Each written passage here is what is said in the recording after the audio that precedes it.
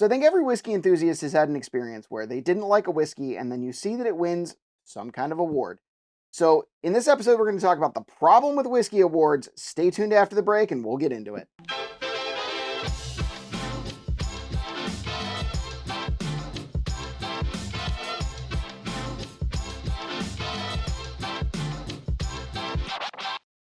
So back when I started getting into whiskey, there was really only like a couple of different awards. There was the San Francisco International Spirits competition, and like Whiskey Advocate would release a top 10 every year. And then that was really kind of it. Breaking Bourbon was not as big as it is currently. The Bourbon Junkies were getting big, but they're not as big as they are now, you know. And so you would see these things win awards and you would just be like, I didn't really care for that.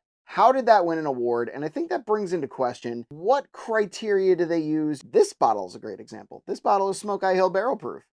I in part bought this because it won the Ascot Awards, allegedly over George T. Stagg. I think there's a bunch of different things as to why these whiskey awards may not be as objective as they are portrayed to be. We're going to give you 5 reasons why maybe take the results of whiskey awards with a grain of salt. So, first things first, they taste a lot of whiskeys.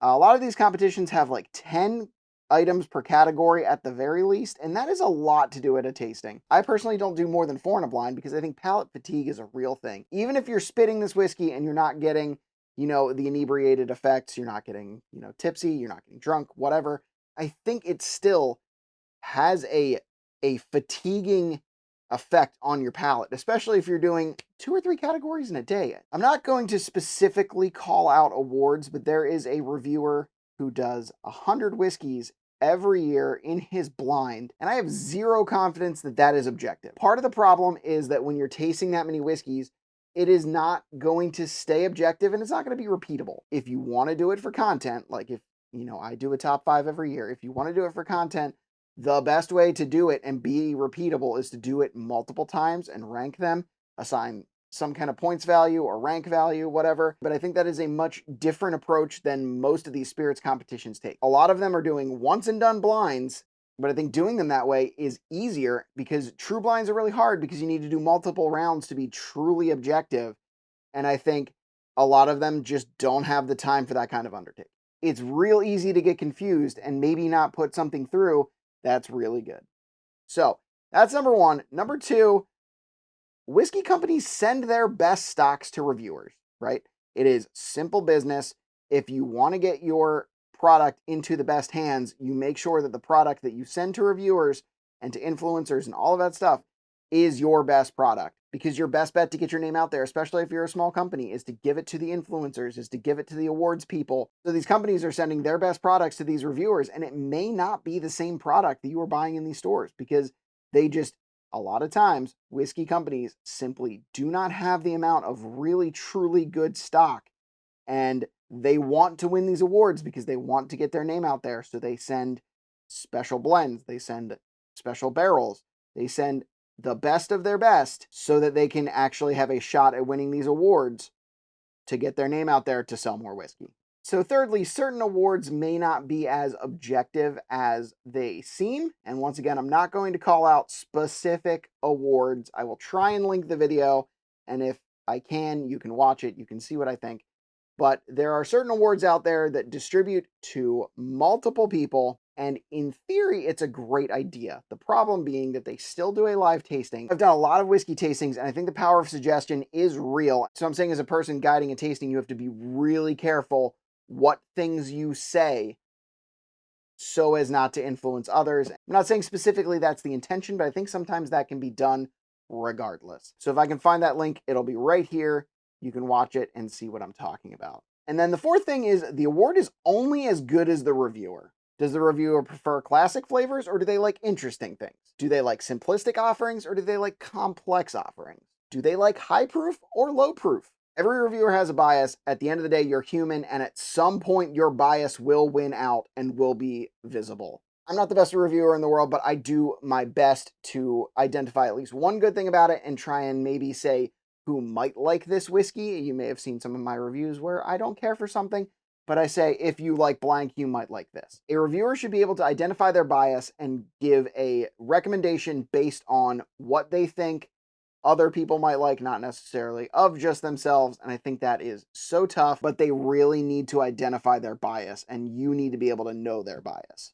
I think finally, whiskey awards are sensationalism at best, compromised at worst. So traditionally, I think a lot of YouTube channels, a lot of reviewers, best video of the year is their top whiskeys of the year videos. I know mine was last year, and I think a lot of similar channels to me have that be their best video. So I think the temptation is to be a little sensational. There have been some really head-scratching whiskeys that won major awards. This is one of them. When this won the Ascot Awards, there was supposedly George T. Stagg in it, and for better or worse, the Mash and Drum, where I respect Jason immensely, lit this firestorm. Is this whiskey better than GTS? And that is sensationalism at its core. Is it good? Yes. Smoke Eye Hill is a very good whiskey. Do I think this is better than 2024's George T. Stagg, having had both of them? No. This is where I put on my tinfoil hat, because a legacy distillery's top offering, winning whiskey of the year, is not helpful to a reviewer. Any Whiskey of the Year award is not selling any more George T. Stagg than they already do, because you were already going to buy it. If you see it on a shelf at a decent price, you were probably already going to buy it.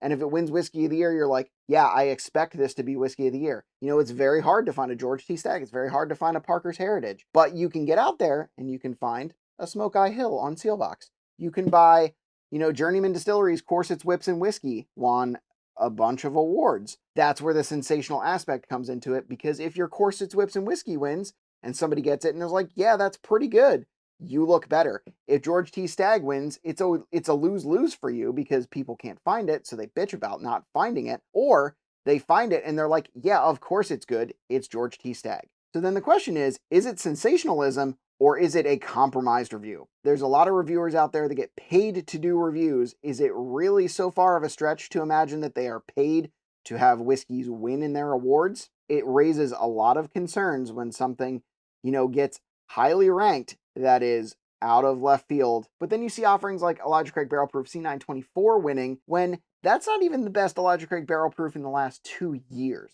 You have to think about the fact that maybe these reviews were paid for. C923 got enough reviews that it didn't need anybody to sell it. But now I can see the comments already, because you could easily say, but John, your Whiskey of the Year last year fits at least 2 of these criteria. And you are absolutely correct.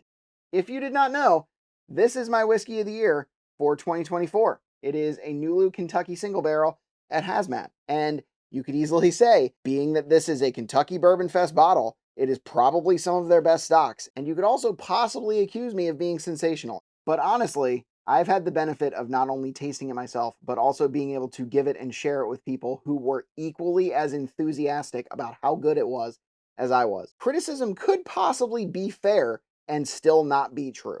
So where does that leave you? My advice is to find a reviewer that you trust, that is honest about their bias. I know I'm not for everyone, and you don't need to go very far into my comments to find evidence of that. But thankfully, whiskey reviewers are a dime a dozen here on social media now, so it shouldn't be too hard to find one that you vibe with. I've made quite a few friends on social media who are making great content that is honest and has great quality. So here's what I want you to do. I want you to tag a reviewer you trust in the comments, drop their name if you can't tag them for whatever reason, so that others can see it. Or if you are a reviewer, drop a couple of examples of what your palate prefers.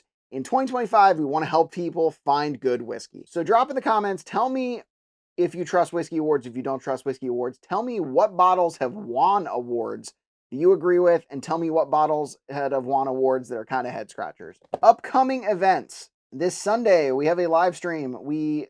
We're trying to find a bourbon blind with friend partner, but we haven't done that yet. So we've got this. This is an SLB Drinks blind kit. It has what I assume is Highwire Distilling in it. This was sent to us by a friend of the channel, Johnny Dean. So we are going to do this blind. We're going to review it, and we're going to give away some stuff. We're going to give away maybe some blind kits. We're going to give away maybe a cigar pairing pack. We're going to give away a bottle of some sort. So if you're at all interested, come hang out, join in the fun, and we'll talk whiskey, and it'll be a great time. On the 29th, we've got the 717 Bourbon Society guys joining us in Bourbon Blinds with Friends. And then on July 6th, we've got the Bourbon Besties. That'll be a fun time.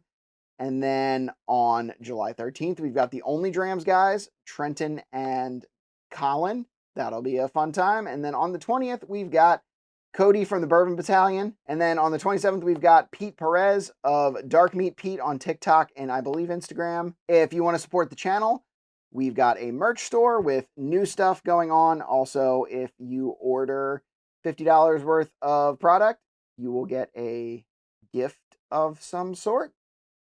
I've already poured up some gifts, so some of them are really solid. Might be worth putting in an order. Just saying. We also have memberships here on YouTube. We have memberships on Patreon for a sticker club and a sample club. All of those support the efforts of Gentlemen and Whiskey. If you like this content, check out our other videos. Please like and comment on this video and subscribe if you haven't already. And we hope you'll join us in drinking like a gentleman. Cheers.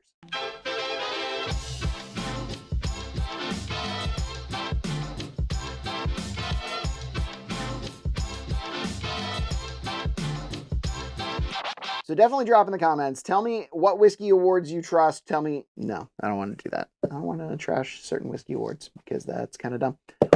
And then also on January 6th, not January 6th, that's a thing in history that was not great.